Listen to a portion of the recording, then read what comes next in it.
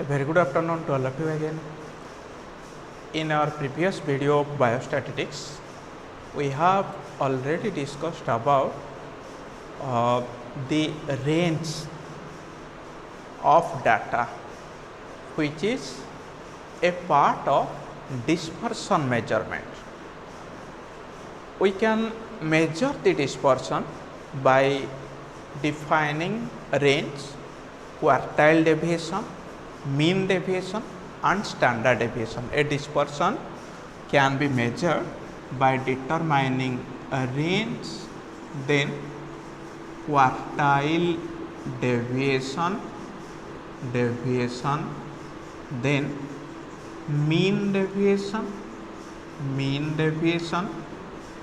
and another standard deviation. Okay, these are the basic criteria or basic means to verify dispersion of values. We have already discussed the range. It is the time to discuss the quartile deviation now. First of all, what do you mean by quartile first? You know, quarter means 1/4.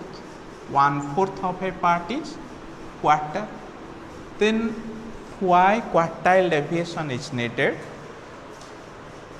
How quartile deviation can be determined? The quartile means the measure or the spread of values above or below the mean.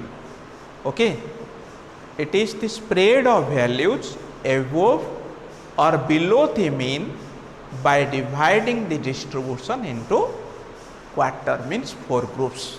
Okay, so dividing this, suppose this is the observation A, B, C, D, E, F, G, H, I. Suppose this is the observations. These are the values in a data. We have to divide the values into 4 parts. Suppose this is a point, first point, another point, second point, this is third point. So now we can say it is divided into 4 groups. This is the first group, second group, third group, fourth group. So it became quartile. We have to determine this. We have to determine the spreading of values above or below the mean. Okay. So in quartile deviation, we have to select 3 different points: Q1, Q2, Q3. These are quartile points. After defining quartile points, we can divide the data into 4 groups. We can derive the mean and can compare the mean with all these quartile. Clear?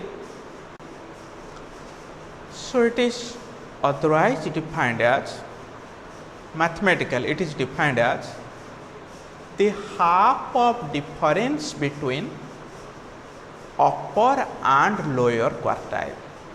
Okay, the half of difference between, suppose this is Q1 first quartile, Q2, this is Q3, 3 points Q1, Q2, Q3.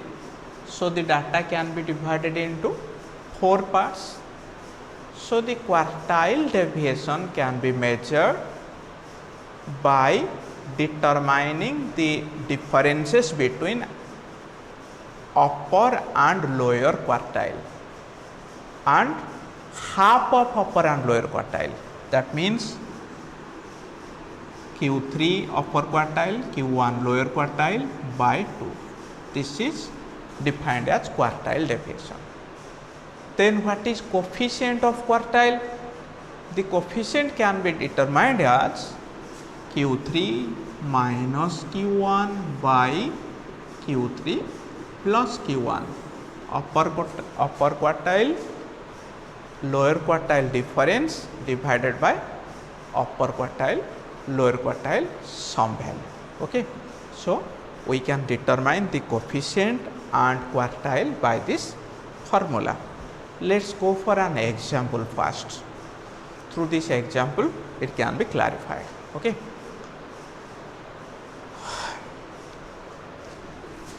Let us to erase it first.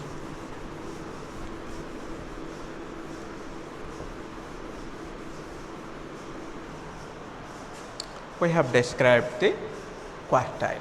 Okay. Q1, Q3 should be determined. Suppose there are a given observation is given, that is 6, 5, 8, 3, 6, 5, 8, 9, 11, 15, 25, 32. This suppose these are the observations given in the table. How many observations are there? Here 1, 2, 3, 4, 5, 6, 7, 8, 9, 10, 11. N is 11 here. Then the first quartile Q1 is equal to K whole into N plus 1 by 4th item, that is equal to K1 for first quartile, 3 for third quartile, whole into N 11 plus 1 by 4, that means 12 by 4, third item. So, the third item is how it is? Third item is 8 here, that is Q1 is equal to 8 plus the next item is fourth item 9, third item 8, 9 minus 8, that is equal to 1, the answer is 9. Okay. Then what is Q3? The same formula, K whole into N plus 1 by 4th, here K is equal to 3, here K is equal to 3 here, N plus 1, 11 plus 1 by 4, okay, as it is